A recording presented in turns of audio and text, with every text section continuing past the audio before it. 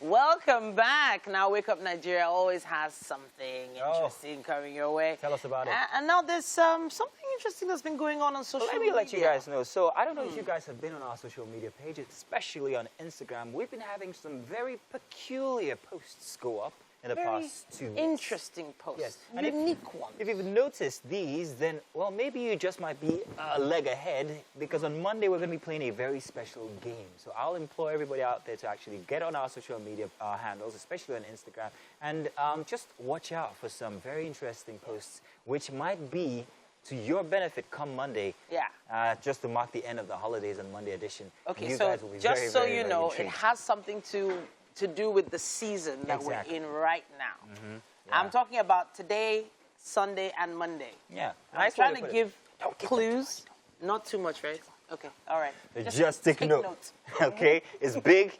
You might win prizes. It might be you. So, hey, visit our pages if you're not follow already at TVC Connect on Instagram, Facebook, TikTok, and everything else. Now, let's get on with this segment. What are we expecting? Yes. Tea?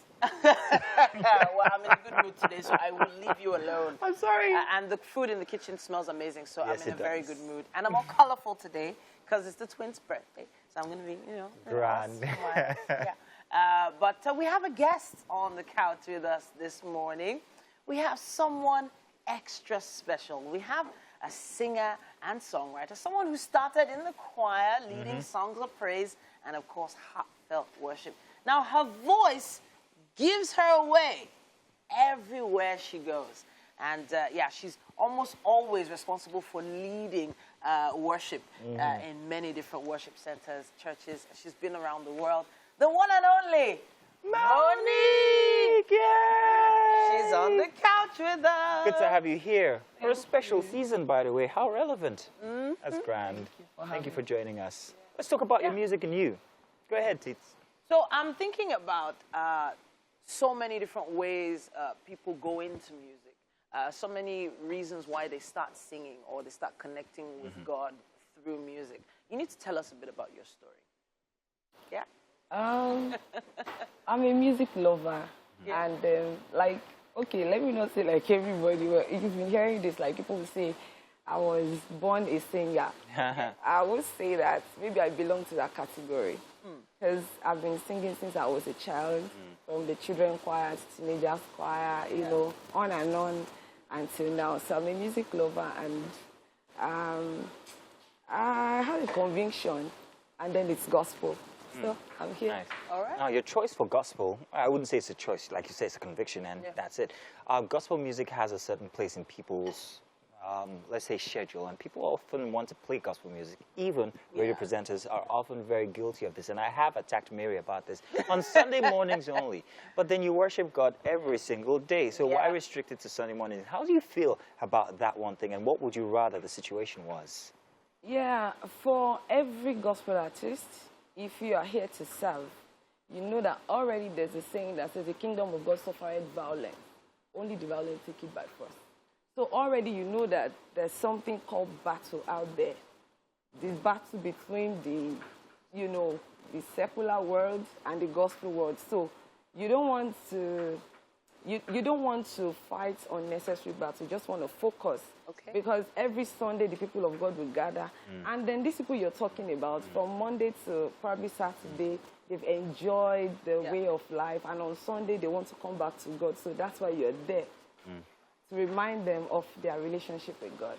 So who are we making, or I say we, who are you making your music for? Do you make your music for you, or do you make it for your fans, the people you believe are going to be listening to you? I'm making my music for the world at large. Nice. I like that. Okay. Yes, like because my fans, they are your fan already. They're already fanning you, so you're not feeling the heat. Okay. Yes. But there are some people who are lost hope, who don't even want to hear about, oh God, I beg. I've been asking, I've been praying, and there's no answer. So your music is a message, and this message must go to the ends of the earth. I like that. So you're making your music for the world at large. Castle. Nice. Tell you what, we're talking about this music. Let's feel a bit of Monique's music, a bit of a vibe. And when we come back, I have a very interesting question for you, Monique. Well, let's check this out for just this moment.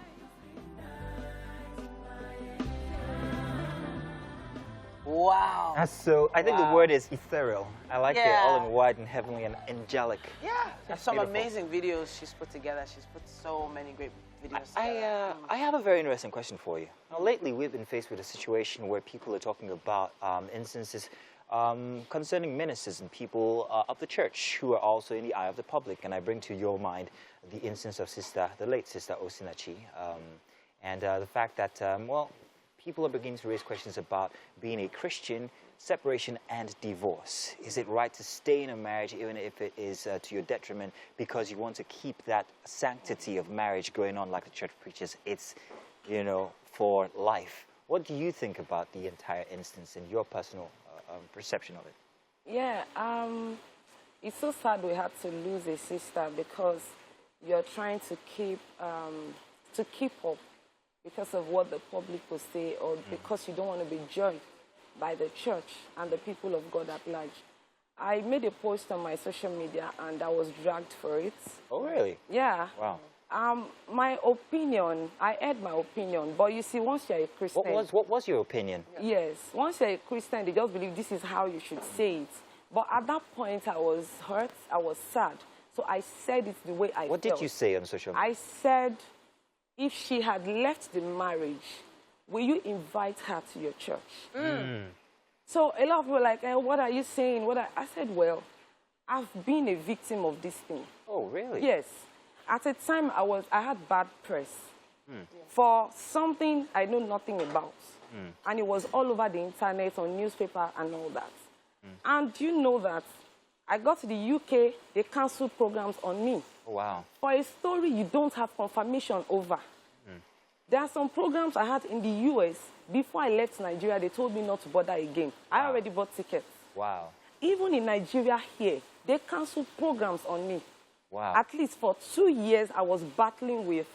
But it got to a point, I had the support of my husband, my family, my friends. Some people were there for me. So I said, not many of us have the strength to fight this thing. So a lot of people know that once you leave, you'll be castigated, you'll be maligned. In fact, your gospel sisters will isolate. There are some people that already called me up for featuring. They said, don't worry again. Those are my gospel sisters. So not everybody can fight this battle. I was able to come out of it. Honestly, I was on my way to depression. Okay, I'll have a furtherance to that. I really want to further on that question I asked. Now, don't you think, and I'm sorry if this kind of like brings out a bit of my personal preference, don't you think that religion has a bad role in the way things turned out for Sister Osinachi? Because like you said, if we can't fight this on a personal level, saying what will people say, the stigmatization that goes with it, then religion might be seen to be playing a bad role here. Because now she's lost her life, she's gone, and there's no going back to take back whatever has happened. Yeah. So is religion to blame, would you say? No, I don't want to say religion. The culture itself. Okay. Yes, I've seen mothers, like our grandmothers will say that, no, you can't come back to this house. No matter what happens, stay there. Because they don't want a bad name for their family. So it's not about religion alone. But what I'm saying is the society at large, your friends, your family, your own people, your first circle of friends, don't judge people when they leave. Because you don't know the battle they are fighting. Yeah. So when we leave, when people leave, let's embrace them, show them love first. Then even when you are judged and then you are sacked or you are stopped from ministering on the altar, you know that at least I have love somewhere, something that eases my pain. So I'm talking about the society at large, not just religion or church. I just want the society to embrace people, stop all these single mother status and tagging people and, you know, giving people names and all that. We have to really appreciate you for your sincerity and talking about this, because what you've just said now is going to be very encouraging to so many women out there who are probably in a corner that they didn't think there was any road out of. You brought tears to my eye, and honestly, that was powerful. Wow. Thank you. Thank you very much. I can't explain. Thank you. Thank you very much, Monique. Yeah. And it's on a very, very important day as well. Yes, indeed. They needed to hear that. Don't leave, because we want you here to play a very, very modest game with us for a Friday's holiday edition for Wake Up Nigeria. So do stay. You're going to love this, all right? Stay tuned. We'll be right back.